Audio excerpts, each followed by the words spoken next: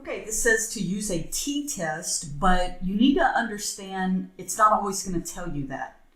All right, so if I have a hypothesis test about a mean, and I do not know the population standard deviation. I do not know the population standard deviation. And you might say, yeah, you do, it's right there. No, that is the sample standard deviation. Remember, the population standard deviation is sigma, okay? So that's one way to know that I'm going to use a t-test. Another way is, notice my sample size of 20 is less than 30. All right, so they give me my claim, so I have my hypothesis set up.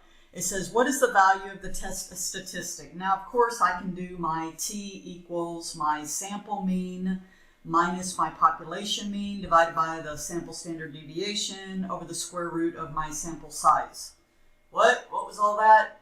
Remember, this is, so to find this, I can do t equals my x bar minus my mean over s over the square root of n. And all those values are given. However, I am way too lazy to do that. So what I'm going to do is I'm going to use StatCrunch. So I'm going to go to StatCrunch.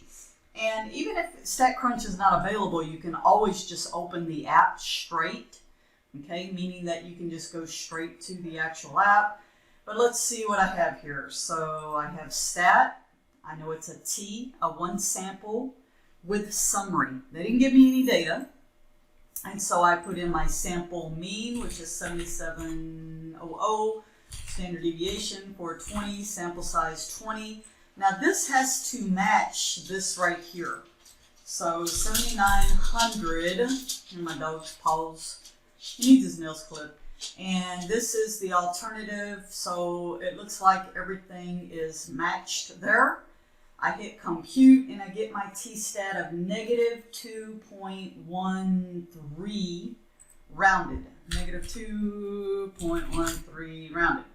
All right, so the next thing it asks is for the p-value. So the p-value is right here, the 0.002. So 3 decimal places is going to be 0.023, 0.023. Now it was asked, what if you wanted to look this up in a t-table? Which is, it's good to be able to read t-tables. So let me go back here. So my sample size was 20, so my degrees of freedom is 19. And notice my alpha, 0.05.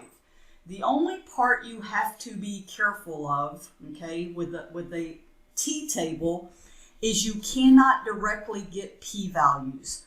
All you really can do is you can go from 19 and look, based off of your, let me go back here, my test statistic, and of course I have to make it positive, 2.13. All I can do is kind of get an idea that it would be somewhere between those two values, which it was. But notice I'm having to make a guess. So the only way you can get p-values, you can get them with a z-table because that gives probabilities, but the only way you can get p-values, exact p-values with a t-test is either Excel or, as you saw, StatCrunch. All right, remember when the p-value is less than alpha, and it is, I'm going to reject the null. So I already know it's either this one or it's this one. If I reject, okay, at the 5% level, this says there is enough evidence to reject the claim, and that was the actual claim. And that's it.